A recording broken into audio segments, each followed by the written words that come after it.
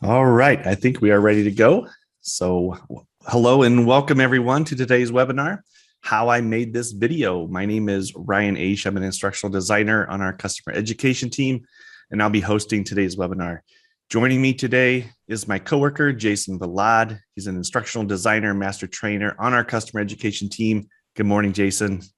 Hey, good morning, Ryan. Thanks for being here and welcome to all of our attendees. Great. So we are trying something new today with today's webinar. Jason is going to be sharing a peek behind the curtain, so to speak, on his process for creating a recent video tutorial. So Jason is a wealth of knowledge. If you've attended any of the other webinars that he's had, I'm sure you're back because of that, because you hopefully will be able to take some of the ideas and techniques that he shares today and utilize them in your Camtasia video projects. So Jason's going to be working on a Windows PC today, and he's using the latest version of Camtasia 2021. If you are using an older version of Camtasia, or perhaps you're on a Mac, that's absolutely fine. A lot of what he shares is going to be doable on both platforms of the newest version, and we'll try to call out as many major differences if there are throughout the session. So I do have a couple housekeeping things to mention before we jump into the presentation. So first of all, this, there we go. This webinar is being recorded, so you will receive a copy of the recording in an email tomorrow.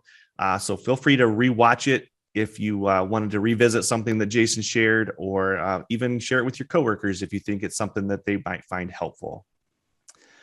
And finally, we are utilizing the Q&A feature inside the Zoom webinar. Most of you have already found it and introduced yourself. Thank you for that. So please post your questions at any time. We have a team of awesome TechSmithies waiting to answer your questions. We've got Troy, Jason, Luke, and Brooks all sitting there patiently waiting to answer your questions as you post them. So if we will be pausing periodically throughout the session. So I know Jason had mentioned earlier, he's hoping this is more of like a ask your questions and what do you want to know more about that he's sharing with you. So post your questions and we will do our best to answer as many as possible. There's also a link you can see on the document. I'm going to be pasting that into the chat. So let me actually do that right now. There is a PDF link. You're welcome, that has a list of resources for you. You'll also, I believe this comes in the email that you'll get tomorrow. So with that, Jason, housekeeping is done. I think I'm going to hand it off to you. Are you ready to go? Let's do this, Ryan. Thanks so much. And once again, welcome everybody. Thanks for joining us. A couple of things in my housekeeping side, which is first, doing a little experiment on the side here where we're figuring out how to make even better content for all of our users, from users of Camtasia, Snagit, Audiate, and more. If you're interested in learning a little bit more about how you might be able to help us with that kind of content in terms of conversations and input, I'm also putting a link to a quick form. It's totally up to you if you want to check that out or not, just part of an experimentation that I'm working on. We also wanted to share a little bit about what my plan is today. So I want to talk to you about the process of planning a video, everything from recording audio with a script inside of Audiate, grabbing some images with Snagit, and then creating that content into turning it into a video inside of Camtasia, and then getting that video out into the world. So that being said, I do have a poll, a single poll question that's interactive for people to click on. And that poll question is pretty simple. So when I launch it, go ahead and click on the answer that most corresponds with your situation, which is, I want to know, did you do your homework? Meaning, did you watch the video that was associated with today's webinar? Yes, no, or what video? This is an experimentation style webinar that we're doing today, where actually the video that we're going to talk about that I created was put in the description of the webinar. So I want to see if anybody had an opportunity to watch that. So I'm giving everybody another 5 or 6 seconds because there are a little over 320 of you joining us today. So it takes just a few seconds for enough people to give their answers. All right, let's go ahead and end this and share the results. So the results show, Ryan, can you make sure that you're seeing the results on your screen as well? Yes, I'm seeing them. Perfect. Thank you.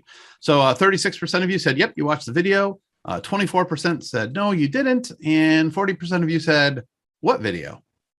So that's fair.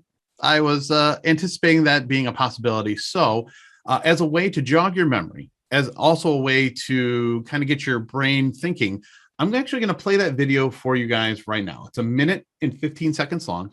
This is the video that I created that the webinar is based on. What I'd like you to do while you watch this for a quick second before we get into the process is take note of the items in the video that you're most curious about, and you can start populating those questions in the Q&A part of the webinar. And we'll either have our team address them in there, or as the team watches it with you, we can ask them when we get to that point in the video process of the webinar. So enjoy the 1 minute and 15 second homework associated with today's webinar.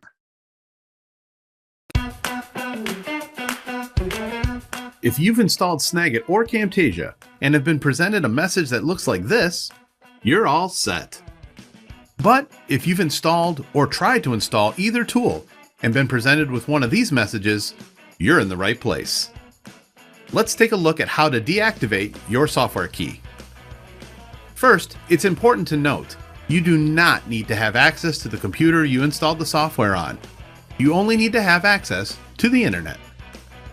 Start by visiting TechSmith.com and logging into your TechSmith account. Choose My Products from the top of the screen. Then locate the Snagit or Camtasia key from your list. Click on the Deactivate button. This will deactivate Snagit or Camtasia on all the devices where it was installed using this particular software key. To reactivate the key, on a new computer for instance, simply install the software on the new device and apply your key. If you run into any challenges or have further questions, please reach out to us at support.techsmith.com. Thanks for watching.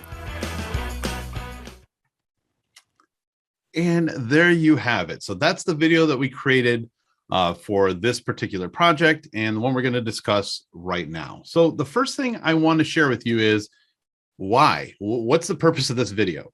Well, we actually have a project here on the customer education team at TechSmith where we ask other teams inside of TechSmith, particularly our tech support team and our customer care team, the people that interact with you most often, our users. And there is a ton of different articles and help documentation inside of TechSmith.com that teaches you how to do a lot of things. And for example, there is articles on how to deactivate your software key, which is a common question we get because people are updating computers, moving from one office to another. And it's a fairly simple process, but we only had it in text form. So first thing I did was, because I've never done this, is I had to learn how to deactivate your software key. It's not something I ever did as part of my role here at TechSmith. So I went through all of our articles and learned how to deactivate them, what buttons to click, what buttons not to click. And I got a sense of how to do that process. As you see on all the articles I'm bringing up right now, there's actually a video in them, and that's the video we just watched because as part of this project, we embedded that video in those articles. But I had to learn how to make that happen, how to deactivate the software key. Once I did that, I had to practice. I had to go through all the steps to ensure that not only was I talking about it correctly, but showing how to do it correctly. Once I felt confident in how to do that, I opened up something simple. I opened up a Google Doc and I started creating a script. I talked out loud, I wrote it down. I sometimes use Google's speech to text, and I walked through the process by which how to deactivate your software key. And I made it sound like the script that you just heard, the voiceover in the video. When I got it to exactly the point I wanted, I sent it over to the people that requested the video to make sure that I wasn't skipping any steps, because when it comes to deactivating a software key, I'm not a subject matter expert, also known as a SME, an SME in this particular workflow. And I walked through it. I made sure that they gave it their thumbs up between both departments. And then I started to do what I typically do when I make my videos, which is script it out and launch one of our new products called Audiate. TechSmith Audiate is an audio recording tool that we use for recording audio, transcribing your spoken word, launch that. I had it pulled up, but I had to do a quick restart of my computer. So give me just a half a second while it launches. And Audiate is a really helpful tool in terms that I can record my voice and have it sound like a professional audio right off the bat. So let me pull up the script that we've got so far. I read through most of the script and had it transcribed live inside of Audiate. But there's a few more lines here from the bottom of my script that I'm going to add into the recording right now. So Ryan, I'm going to go ahead and record these last 3 lines, and then we can talk a little bit about Audiate. All right. All right. Key.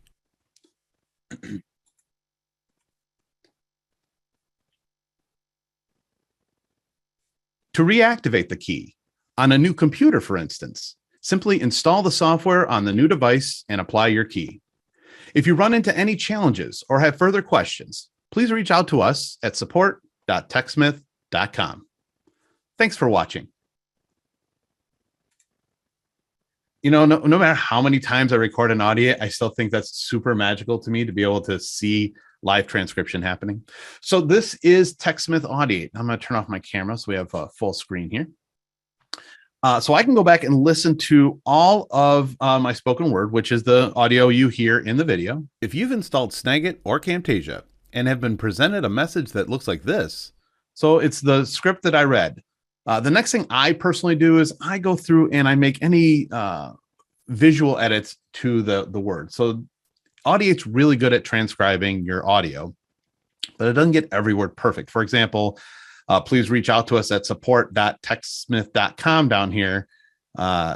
Support.techsmith.com should actually all be one word. So I simply hover over it, highlight it.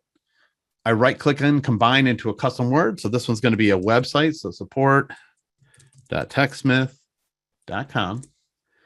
And just like that, I have a completed audio file with correct translation and transcription of my words. Why is it important to be correct in here? Because one of the things you can do in Audiate is send over and export an SRT file so I can have captions associated with my video. The next thing I would do is here inside of Audiate is if it sounds pretty good. Now I've made a lot of videos and I've got a pretty good audio setup. It's the one you're hearing right now for webinars, but I can actually enhance it even further using Audiate. There is a gear icon, a little effects icon in the lower right-hand corner that shows different effects that you can apply inside of Audiate. For example, I would start here with an equalizer, which just basically gives me a little bit more oomph to my recording. There's lots of different presets here, and the one I use most often is to improve male voice. So when I play it back, if you've installed Snagit or Camtasia and have been presented a message that looks like this, you're all set. But if you've installed or tried to install either tool, so once I'm really happy with how it sounds, I can go through any number of effects and explore them. If I'm in a recording area that's a little louder than normal, I can try and remove outside noise. If I have a lot of S sounds, I can do the de-esser tool. There's a lot I can do within Audiate to make sure my audio sounds crisp and clear, regardless of my microphone setup. When I'm ready, I can then take this audio that's recorded in Audiate, and as long as I have Camtasia installed, when I hit export, I can export that directly into Camtasia. Now, I happen to have a Camtasia project open. It is the project that we're working on later on. So I'm not going to export it this time, but what it would do is I get one of two choices. I can either export the audio directly into the media bin, or I can export it right to the timeline. I personally send it to the media bin so that I can make adjustments to where it goes in my project later on. But with the audio done, I can move on to the next stage of my video creation process. So we talked about a lot of things right off the bat here, Ryan, and I'd love to know if there are any of the questions that have come in so far about the starting process, which was anything from the research to trying to become a subject matter expert to anything about Audiate, because this might be new to a lot of people attending today's webinar. Yes, there have been some questions coming in, lots of great questions. First off, about Audiate, you mentioned there was several people have been asking, does Audiate come with Camtasia or is there an extra cost involved? Sure, great question. So Audiate is a separate product from Camtasia. It does not come as part of Camtasia. It is a separate purchase. There is a singular cost for that as well. I don't have the cost in front of me, but someone might be able to help me out. Ryan, if somebody already posted in the cost for Audiate. I believe there's two different ways to purchase Audiate, and you can do it directly from TechSmith.com. There is a free trial. You can do a 1 week trial of Audiate to see if it's exactly what you want. However, you can also get it yearly for, I think it's $300, or you can pay month to month with a $30 monthly fee, depending on the projects that you have in front of you. But it is, yep, it is a separate product, independent of, but connected to Camtasia. Great. And along those lines, Katie asked a great question. Why would you choose Audiate over recording audio just right in Camtasia? That's a great question. I actually do it both ways, Katie.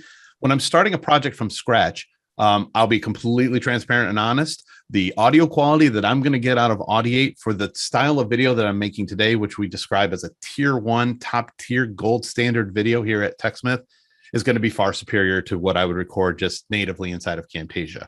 If I'm just doing a quick line replacement, or reading over a quick slide in a video, or if it's maybe a less formal video, I have no problem with using the voice narration tool in Camtasia. I've done it plenty of times.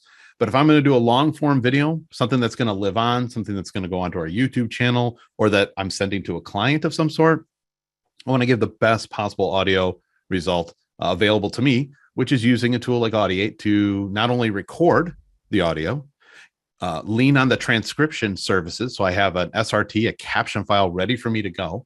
I can edit the audio like I'm editing a document. I mean, if you're an audio person like me and you want to get into the WAV files, we have those, but it's as simple as, maybe I don't want this line in the audio. I can literally hover over it and hit delete. It's gone. I don't have to worry about snipping or on timelines or anything like that. And I have the ability to utilize the audio effects that are built into Audiate, because maybe the audio is just not in its best position today. Maybe I'm a little out of breath, or maybe the room is a little more echoey, or I'm getting a little too close to my microphone. There's lots of different things that Audiate can help you correct that I wouldn't get with the native recorder inside of Camtasia. Good questions. Yeah, great answer too. Great response.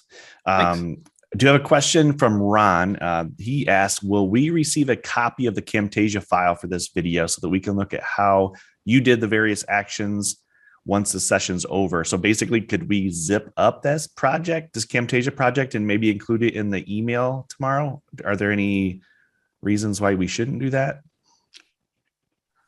I don't think there's any reason why we shouldn't do that. We'll tell you what, Ron, the team and I'll talk about it. There's probably a good chance we can include that zipped project, or at least a link to it somewhere.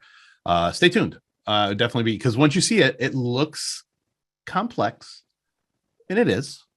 But I agree that it'd be great for someone to be able to dive into it later on. I'll put that thing together, and we'll see if we can send that out with the email. Happy to look into that. Perfect. Yep. And thanks for asking that, Ron. It's a couple other questions, but I think you're going to maybe talk about them, about how you did the pop-ups, the animated wave at the GIF at the end, and stuff like that. So sure. I'm sure you're going to cover that coming up shortly in the presentation. Very true. Very true. All right. So the next thing that I would do is I would look at my script and decide, do I want to record this whole process in video form and then edit it later on to kind of get to a concise point where I can show step-by-step how to do this key deactivation. And I decided, no, I don't think I want to record this video. I think I want to get imagery captured from the different stages and then animate those with zooming and panning and utilizing Camtasia's tool set within Camtasia. So I basically followed my script. It says, start by visiting TechSmith.com and logging into your TechSmith account.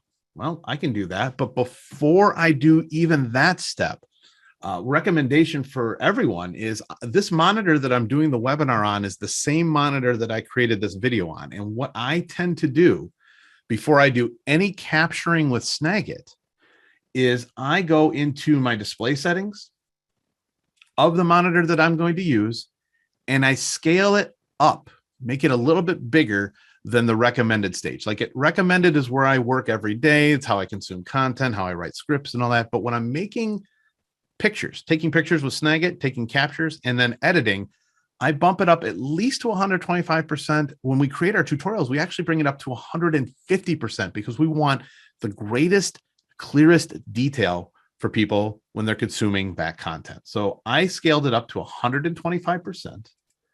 And then I'm going to bring up the website, TechSmith.com. Then what I would do is I use that script. Where's my script hiding on me? There it is. So I would then use my script. I'm going to put it on my other monitor for right now. I would use that script to walk myself through the process. So the first thing it says is visit TechSmith.com, okay, and log into my TechSmith account. So from here, I would use Snagit. I'd launch the Snagit capture tool. And we'll pull that up right here. And I would I usually use the all-in-one capture just because I'm indecisive, but I know I can grab an image from there. So I'd click the capture button and I would capture just the relevant part of the website, which shows the website itself and where my account is. And I would take an image here. I would then take an image at this point that shows the exposure of my name. And then I take an image of the highlighted my account. And I'd literally walk through all the steps and take pictures along the way. So it says, start by logging into your TechSmith account, which is here. I'll click my account, which is taking a second to load for some reason. There it is.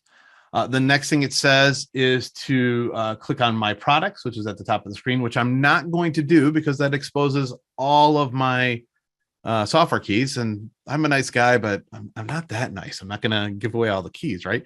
So I literally walk through all those steps. And once I've done that, and I've captured all that imagery inside of Snagit, I have the process laid out step by step, right? So here's the first one where it's the first page. Then I showed an image of my name exposed, and then an image of the button highlighted. And then we go into here to the my account, where I then said, click on my products. And then the next steps were to go through and locate your products from the list. In this case, it was Snagit and Camtasia. Click on the deactivate button. So I would get stages of those, as well as what it looks like when you click deactivate. And the reason I took all these images individually is, one, you can see them really large on my screen. They're nice and clear. There's no chance that the text is going to be blurred or unable to be read. There is things on these images that's blurred out. One is my personal recovery email and my phone number, because I just didn't need those in the video, right? Those don't need to be out in the world. However, my TechSmith information, which is public knowledge, no problem. That's out there. Happy to help out. And then I would grab any other images associated with the video in terms of when we would reactivate a key, both in Camtasia and Snagit. And then I have those error stages that were at the very beginning of the video, where the little pop-up check mark was and the red X that people were asking about. So I have all these images inside of Snagit. And then I utilize something in Snagit that I think is underutilized for people that are creating videos with Camtasia. And that is, if you have an image pulled up, one of the share options, if you have Camtasia installed, is to send that image directly to Camtasia, and it will drop it in your media bin. So far we've talked about Audiate. I can send my audio right into Camtasia, right into the media bin. I can do the same thing here with Snagit. I can grab all the images that I need and send them over to Camtasia so they're ready for me to assemble and put together in my video. So a couple key things to remember.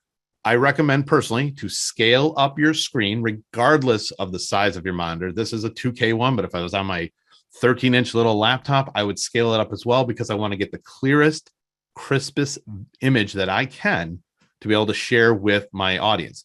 The main reason is I know how big the video is going to be when I produce it, but I don't get to decide how someone's going to consume or where they're going to consume that video.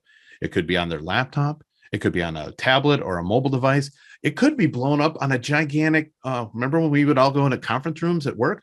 You could blow it up on a wall and watch the video as a group if someone's trying to learn or how to teach something in a classroom. My goal as a content creator is to give it the best possible, crispest result I can, so that no matter where the video is consumed, it looks at its best. All right, so let's go to our little checklist. That's not really a checklist, I'm cheating, but what we were walking through in today's video. So we talked about recording audio with a script and using Audiate. We grabbed some images with Snagit. Well, now it's time to do the big part, and that's build it in Camtasia. So I'm going to bring up Camtasia, and you will see inside of Camtasia here, I have got a lot happening.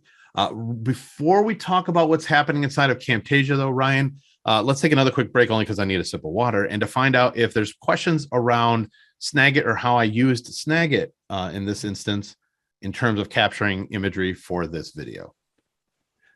Hi there. Yep. Timely question. Cindy just asked, she said, I missed that. That was a still Snagit capture, or was it a video?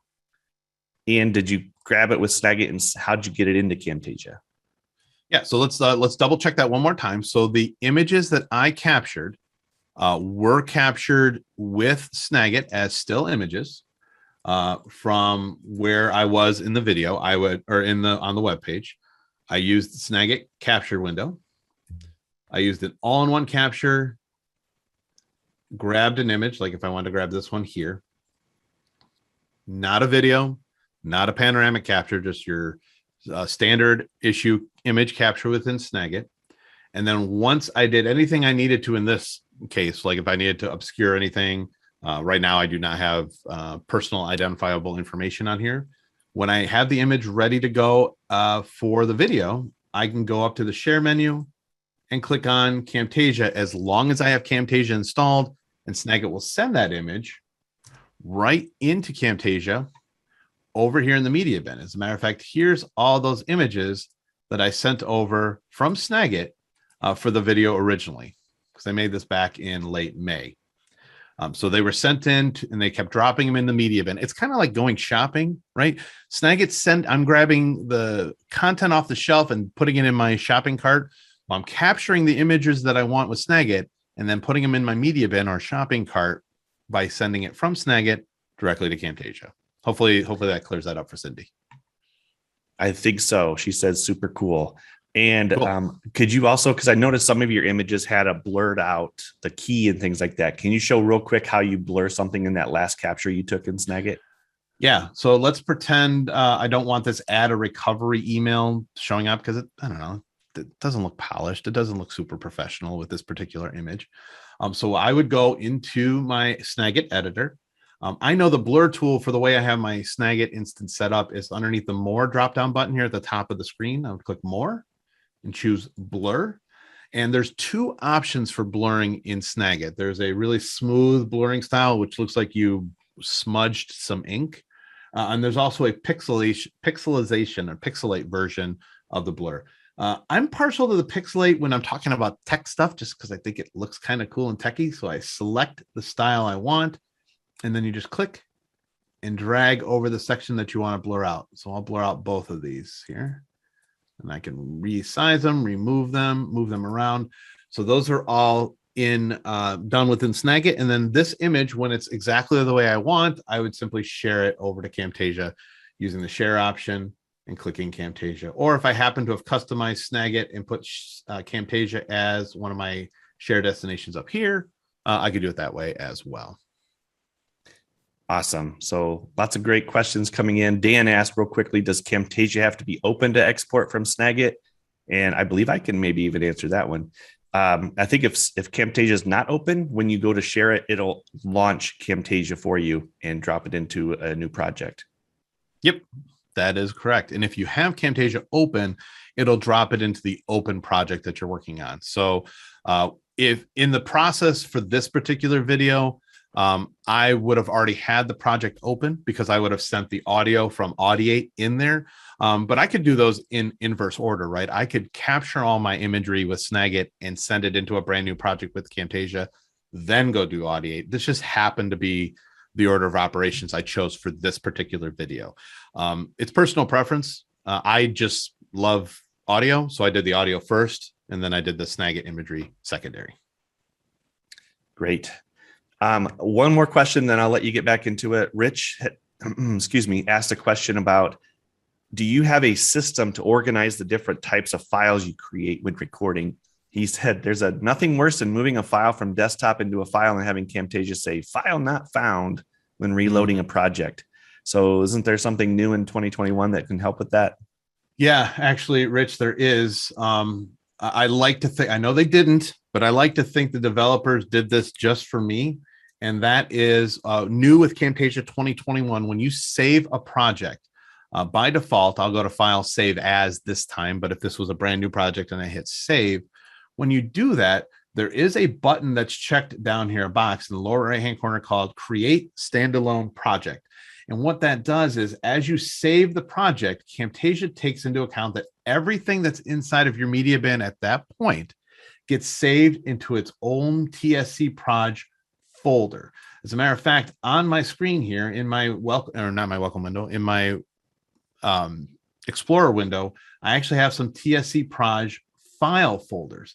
The one for today's webinar. If I open that up, oh, it's trying to save it. Let's just cancel all that and open the window itself. If I go to my videos where I have that saved, so Camtasia, customer care videos, key active activation, inside that folder is all the content that I need for that particular video, everything that was in the media bin as it stood. So my Camtasia logos, those Snagit images we just talked about, all those things are in there at that stage. So then once I've saved it and those items are in the media bin, every time I add something to the media bin by importing it into Camtasia, by capturing with Snagit and importing to Camtasia with that export button, every time the project gets saved, that folder gets updated. So I can then move that folder, that TSC Proj folder with all that content in it around. If I need to move it from my desktop to another folder, to a different drive, I can do that, and it keeps everything together so that you don't end up with the thing you described where files missing or broken link or anything like that. This has saved me so much mental anguish because I tend to move stuff around a lot and delete files that I think I'm done with. This at least protects the integrity of that particular project while I'm working on, and then I can archive it later with the confidence that everything that was in that project at the moment that I saved it is exactly where it should be. All things in place. Awesome. Thank you for that.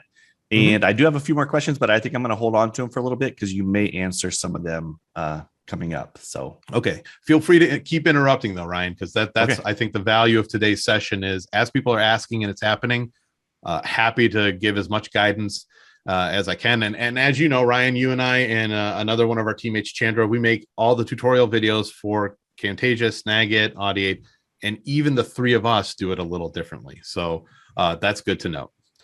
Yep. All right. Excuse me. All right. So we're inside of Camtasia, and the first thing I think about is an intro and music. Usually intro first, then music. So I actually have an intro here that I customized. This is actually an intro that I downloaded from the TechSmith asset library. It's the asset.techsmith.library.techsmith.com is an asset library subscription that you can buy into so that you can have access to music, animated intros, backgrounds, motion graphics, all that sort of stuff. But I do want to mention there are pieces on the asset library. If I click on the library button inside of Camtasia and click download more assets, there is part of the asset library that is free to use. You still have to have a TechSmith account. So you would just sign into your TechSmith account, which is free. And I could open up, let's go to the intros section here of the asset library. And all I need to do is deselect the one over here on the left that says premium. And I hit apply to the filter. And I now have access to all of these intro styles that are free and can be downloaded and used in Camtasia right away. And they're all customizable. So if you see these ones that say your title here, or there's different icons and logos associated with it, you can customize those and using quick property assets inside of Camtasia. I will say the one that I used in this particular video is a premium one. It's this one right here, this Lumi intro. And I downloaded that into Camtasia and made some changes. So when I pulled that down, I made a few changes, including the text. I added some icons. To change any customizable asset, all you need to do is select it while it's on your timeline and go over to the properties panel on the right, and you'll see the items or the parts of that particular asset that can be customized. In this case, it was the shapes, the colors of the shapes. You have available the entirety of the color wheel, including if you're someone who is trying to stay on brand for work and you happen to know the hex code of your company's colors or the RGB code. I actually have a couple of themes set up, and if we want to talk about themes, we can do that a little bit later. But in this case, I can also change out the different text on the screen, and all I have to do is type in this section over in the properties panel, and that change will be reflected on the canvas itself. The thing that's included in this particular asset that's not part of the downloaded one is I added the Snagit and Camtasia icons because that's what I happen to be talking about. So inside this group of content, there's a bit going on here. I've got the assets themselves, the icons, and something called a media mat. So that looks like they are showing up out of nowhere on the screen. That's actually a brand new feature, media mat, available in Camtasia 2021 underneath the visual effects. It's called media mat, and it's sitting right here available for your use. And you know what I'm looking at, Ryan, is those things are moving pretty statically. I probably should have added some motion blur to make them look really cool when they come up. Yeah, there. So there, I officially edited the video that I've already put out into the world because I think motion blur makes it look better. I agree. So once, good. Thank you. Yeah, motion blur is one of those things that I did not know I needed in my life, and now I'm like, I need it in my life. I need it in my life a lot because it makes everything look so much better, especially with motion. All right, the next thing I talk about, or I tend to do after I've got my my intro set, is I add music because I like to have music as a sense of what the video is going to feel like. In this particular case, I have this Audio Blocks smiley face music. Let's play that here.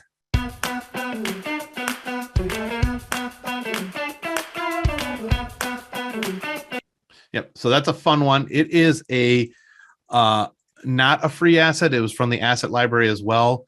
So I downloaded that from that same location, library.techsmith.com. But once again, just like the animated intros, you can find free assets as well. And these, once you've downloaded them, even if you have the paid subscription to the asset library, they are royalty free, meaning you can use them in your projects and you don't have to cite them or source them or anything like that. That's taken care of with your uses and licensure.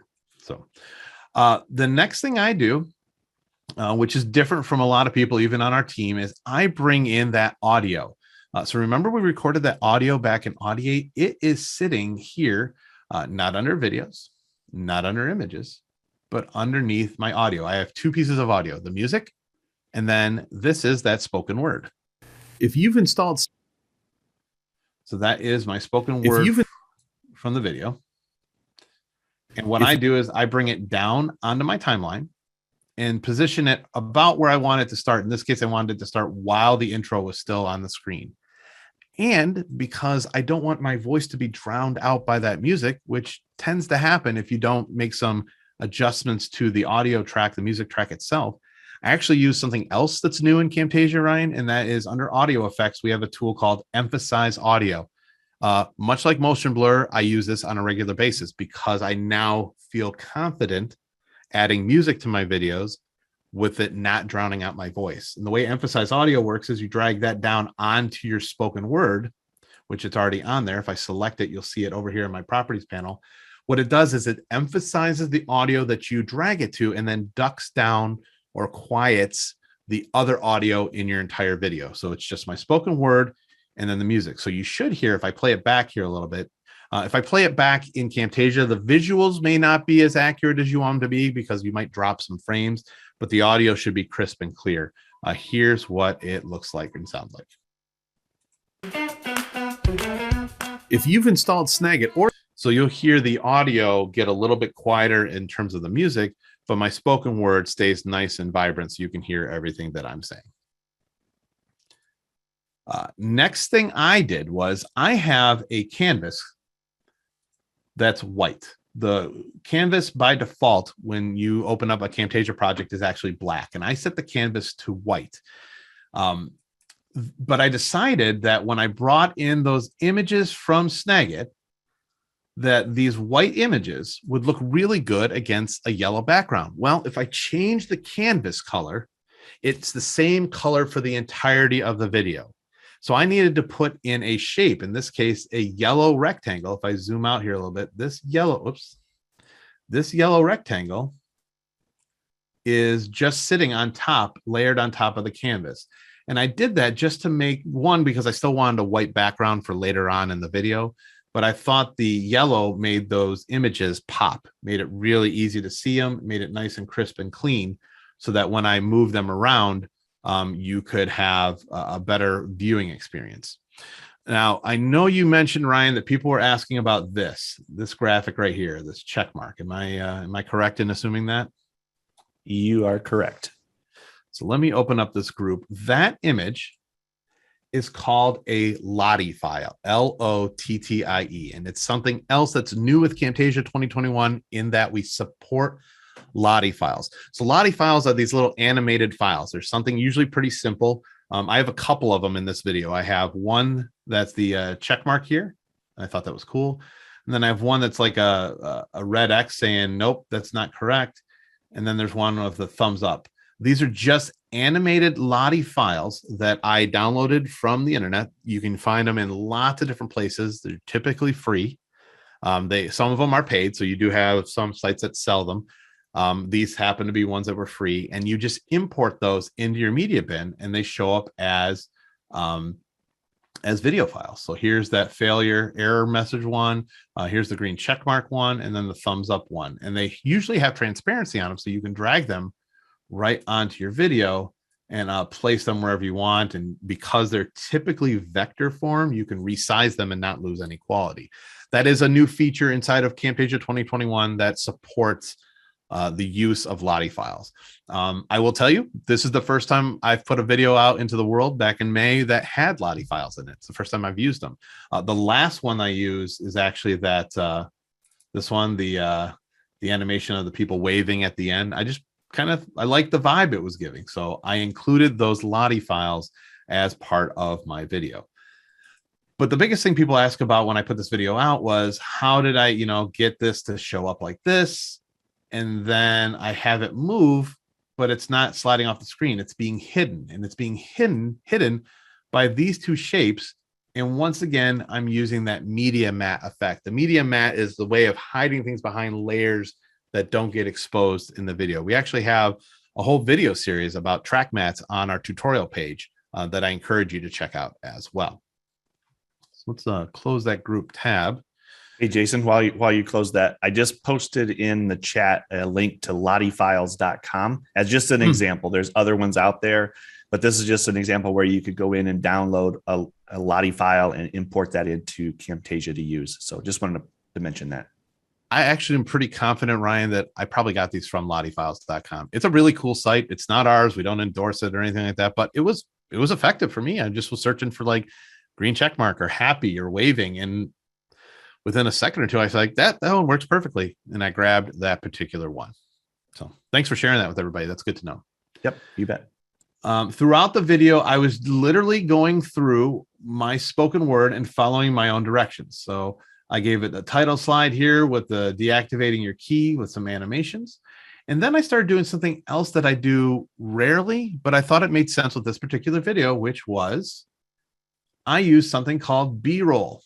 This is not a video I shot. This person typing on their looks like an Apple computer. I also grabbed that footage from the asset library online, just trying to make use of the tools I had available to me to give the best possible result. Because not only was our customer care team and our tech support team going to send this video to people that needed to learn how to use this particular workflow, but it was also going on the TechSmith support YouTube channel. And so I needed it to be a little bit more attractive, right? Something someone would watch, something someone would get the correct information out of, and selfishly, maybe they enjoy watching it for a minute and 15 seconds. I'm not quite sure.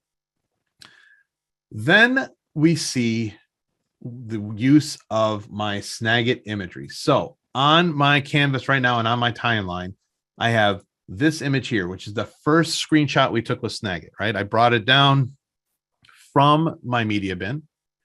And then as I go up to the top section here, I zoom into the corner.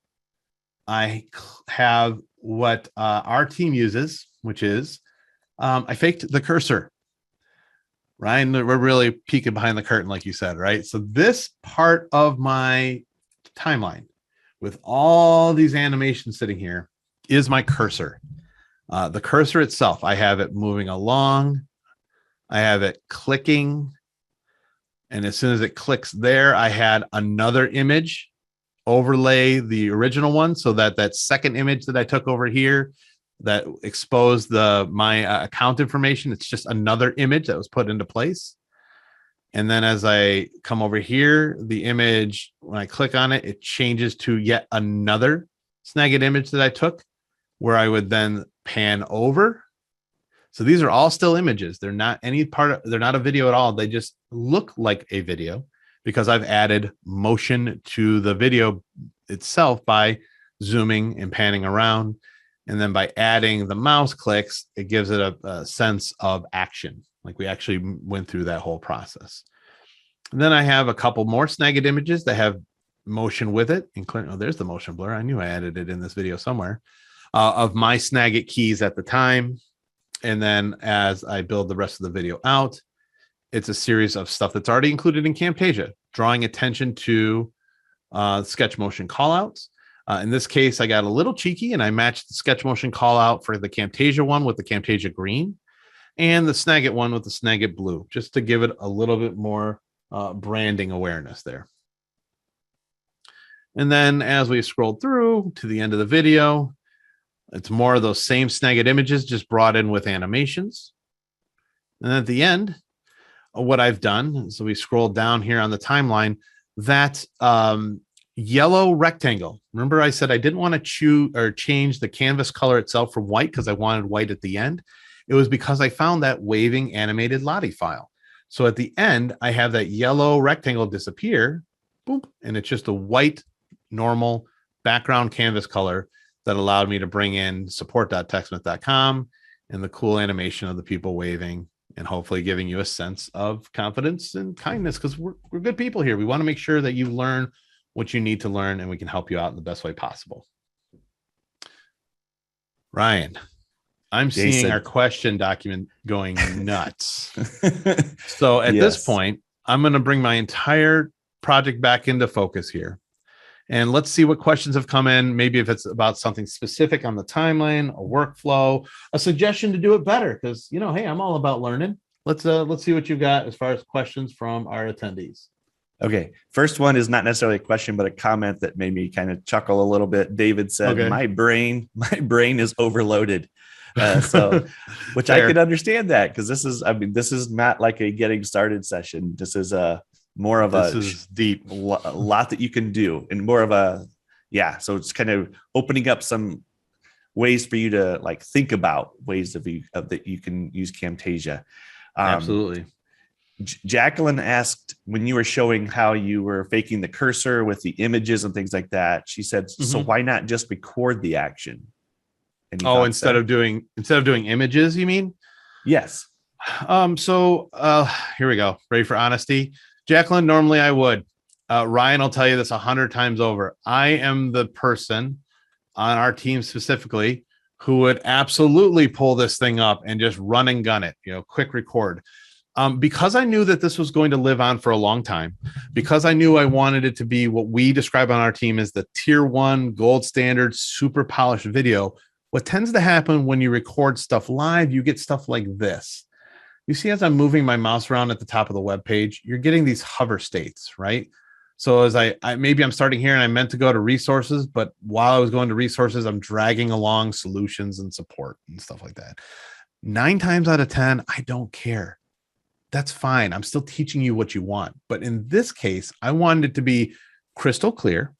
I wanted it to be non-distracting to people. So by taking those still images and using a fake cursor on top of it, I could control the action at all points. At no point in that video will you see any hover states, right? We're going to see exactly what I want you to see. Clicking, moving along, everything's exactly where I want it to be because I was able to control the environment. Like I said, 9 times out of 10, and Ryan can attest to this, I'll just record it and go. And I'll still edit it and do all the cool stuff I like to do in Camtasia. But for these particular videos, which you'll see a lot of on our tutorial page, they are crystal clean because we want to teach you a specific topic in a specific way. And anything that distracts from that may make it more difficult for you to learn. I hope that's helpful. Yes. And along that same topic, Mandy, Rebecca, and a few others were asking, how do you add the motion to the still images to make them look like a video in an essence? Mm-hmm. So can you show real quickly how you added an animation? Yeah. So for example, this screen capture here has an animation on it that makes it look like it's zooming up to the upper right-hand corner. Let's zoom in on our timeline a little bit. So that's done by adding an animation. In this case, in Camtasia for Windows, if you go over to the animations tab, there is a 2 options. There's a zoom and pan tab and an animations tab. For zooming and panning, let's click on this animation and delete it. I simply place my mouse where I want the zoom to end up. And then I use the zoom and pan to click and drag up to the section that makes the most sense as far as clarity. And when I do that, I now have a smooth animation that looks like or creates motion within the video. And you can do that again. I could grab a section here and then move it over to the left. So that adds a second layer of animation. So it zooms up and then pans over to the left. So those are ways that we tend to use animations. And then what I had to do is when it was zoomed in, I had to make sure that when the next image came up, that it was the same size and same position, because this is an independent image from the other one. So I want to make sure that, this image. So if I grab this image and move it, you'll see the original one is behind it. So when I clicked on my face, I showed this one capturing when I actually grabbed. So there shouldn't be any shifting of the screen. That's why it's really important to, when I scale up my screen, when I did those Snagit captures back on, so everything looks exactly the same at the same size, so it doesn't look disjointed.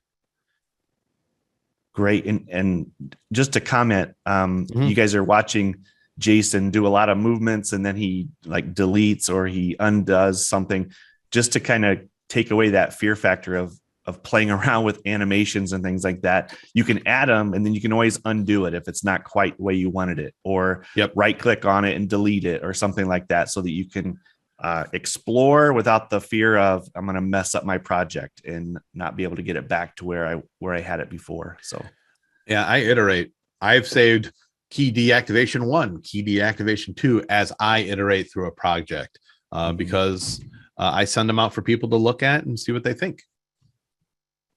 Awesome. Cool. Matthew asked, can you repeat how you imported the image of the cursor? So are there cursors icons in the library that they get, or is that something they'd have to find? Okay. So this particular one, so here, we'll continue to pull the curtain back, right? When we're making content, like we just released Camtasia 2021, we're getting ready to do Snagit here soon, but we actually have a library of assets that includes cursors. Like here's the Windows cursor. If I bring it on there and I size it up, there's a Windows cursor. If I'm making it for the Mac version, I have the Mac version of a cursor. We have those in our libraries as instructional designers here. I'm fairly confident you can find these image files out in the world to bring it in. There's probably better ways to do it. Maybe I don't know if any of our team is listening that does this as well, but it's a pretty common image to find. I would encourage you to look for it if you want, but that's what we do. Once we have it, we save it to a library, and then we utilize it for basically faking the cursor throughout our presentation. And to be very truthful and honest, we don't always do this. This just happened to be an aesthetic choice that I made for this particular video to offer as much clarity as possible. Great. I've had a couple questions. Danielle asked this, as well as and Angelica. How long did it take you to produce this video? How many hours on the whole, from like script writing through the video completion? Oh, less than a day. Be aware, I've made thousands and thousands and thousands of videos. But for this particular one, it probably took longer for me, in all honesty, to learn the process so that when I wrote that script, I sounded authoritative, right? Like I knew what I was talking about. So it took longer to learn how to do the process, write the script, and then double checked with those people here at TechSmith that asked me to make the video than to do all this. I did a ton of stuff in here, right?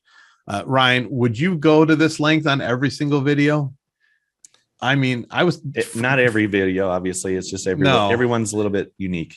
Right. And I was having a lot of fun, Angelica, when I did this. So I probably could scale it back a little bit. But in total, I would say it took a day to less than a day, considering a day being an 8-hour workday. If it's the only thing I'm working on, some of these things go pretty quick once you have experience in the product. But then you get people that are a little bit more retentive, like I am, to make sure things line up perfectly. Like I'm a little disappointed in myself. Like here, I'll be honest, the Camtasia capture versus the Snagit capture. One, I have a mouse in there that I wish I didn't. And this one is a little bit bigger than the Snagit one. It's a little bit taller. And I'm like, eh. But at a certain point, you don't want perfection to be the enemy of done. And I probably got to the point at the video where I'm like, this is exactly what people need to know. I sent a version of it to the people that asked me to make it. They're like, this is amazing. Let's ship it. So we shipped it. And I moved on to my next project. But that's a fair question. This one took less than a day. It probably could go a little bit quicker if I hadn't embellished a lot of it. But like I said, I was having fun. It's one of the first videos that I've made that's public facing where I used both Camtasia and Snagit and Audiate definitively with the asset library all at the same time. It was fun. Don't let perfection be the enemy of done. I like that. That's my takeaway. There you go. Thanks. Yeah. John asked this question earlier, but I kept it here. I'm going to pose this one as well. He said in a recent presentation or interview that he watched from Visual Lounge on TechSmith, emphasized in the process of creating a video, we should start not with the script, but with visuals. So basically script second. What are your thoughts on that? I have some thoughts, but I was curious if you had thoughts on, do you start with a script or visuals? That's funny because Ryan, you and I are going to be on Visual Lounge tomorrow talking about creating videos. So that's timely. John, it's for me, it's personal preference, right? I'm a teacher by default. I was an elementary education teacher and then became an instructional designer. So I had the idea that I got to the point where I wanted a win first. And for me, a win was getting the audio done. And to get the audio done in a really professional video is to have a script. So I like to get that part done first because I can also have other members of my team, which is part of our video creation process, review that script to make sure I'm not using 15 words when 5 words will do, or if there's a phrasing or something that I would say that just doesn't make sense in the normal conversation with people. So I personally like to do audio first because I enjoy that process a lot. And then I can manipulate audio to do whatever I want it to do once it's nice and polished. I can cut it up, move it around to match the visuals rather than trying to get the visuals to match the audio. Ryan, what about you? For me, real quick, I tend to do them hand in hand. As I'm writing the script, I'm thinking through what visuals to show, or as I'm walking through the program or whatever I'm showing. So, and I make notes in my script of, this is where I want to show this visual or whatever. Or maybe I want to have an overlay, a zoom animation to kind of show that effect as I'm talking about it. So to me, they're kind of both at the same time in a sense. It's hard for me to gather visuals without knowing without the script that I'm going to be talking with the audio and stuff. So to me, it's kind of a combination. Gotcha. Yeah. See, that's the best part is we've learned over time that there's not one great way to do it. There's just a lot of people like us that make suggestions based on our experience, and you experiment with ones that you work, through your process to find out what works best for you. Great. Let's keep going. David, you cracking me up. his comment. Jason has a great voice. Mine sucks. That's funny.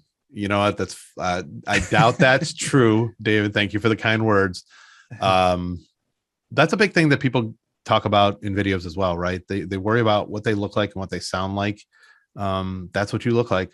That's what you sound like. It's okay. This is what I'm dealing with. This is who I am.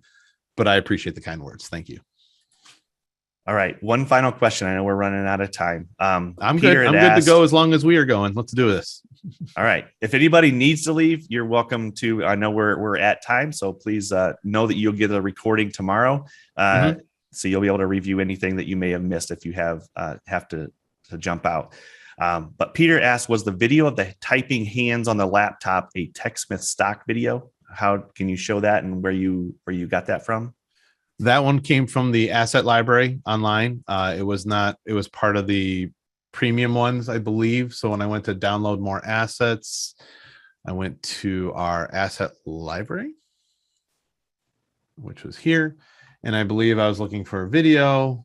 And I think I said laptop. I remember.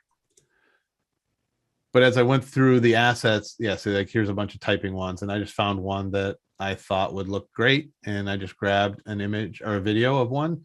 I chose guys' hands instead of women's hands. I went with the Mac. I just kind of went through that. So these are assets that are not free for that purpose, but you can find free assets up here as well. But a lot of the ones that are stock photo-ish like this tend to be part of the premium package. So once I found the one I liked, I clicked on the little Camtasia icon. It literally will then drop it into Camtasia. So I just pulled this one, man engraved pullover.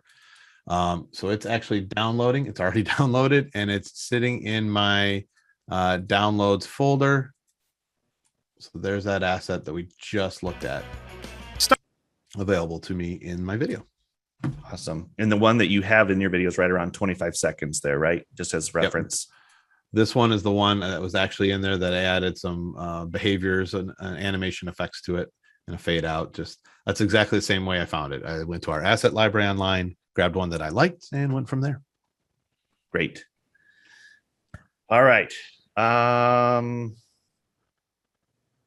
Yeah, let me think here. I think we're good. I think we don't want to overload too many more people's. Sure. Can I answer one more question, Ryan? Yes, I do see this one please. from Dan. This is a great question. I have not seen this question. Dan asks, is the media bin unique to each project, and or is there a universal media bin? So this is a good question.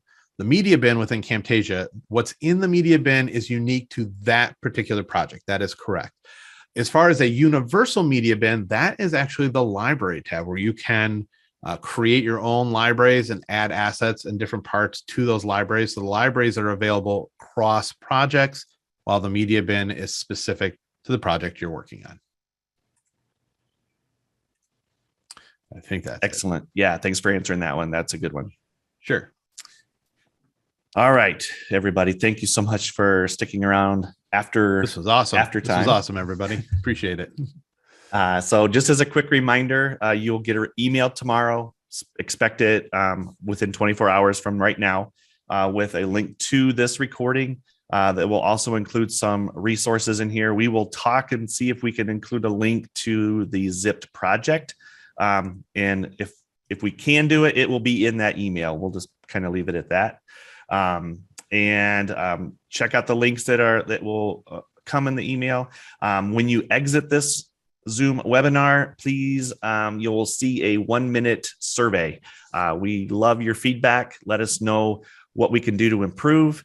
If there are other topics that you'd love to see us offer, that's a great place to add those as well. So again, thank you so much for your time today, and thank you for using Camtasia. And Jason, I'll let you have the final words.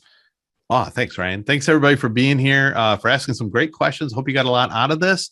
And Ryan, I'm putting this in the recording to remind both of us to look at getting this project packaged up as part of the email that goes out to everybody. All right. With that, thanks everyone. Have a great rest of your day. Take care.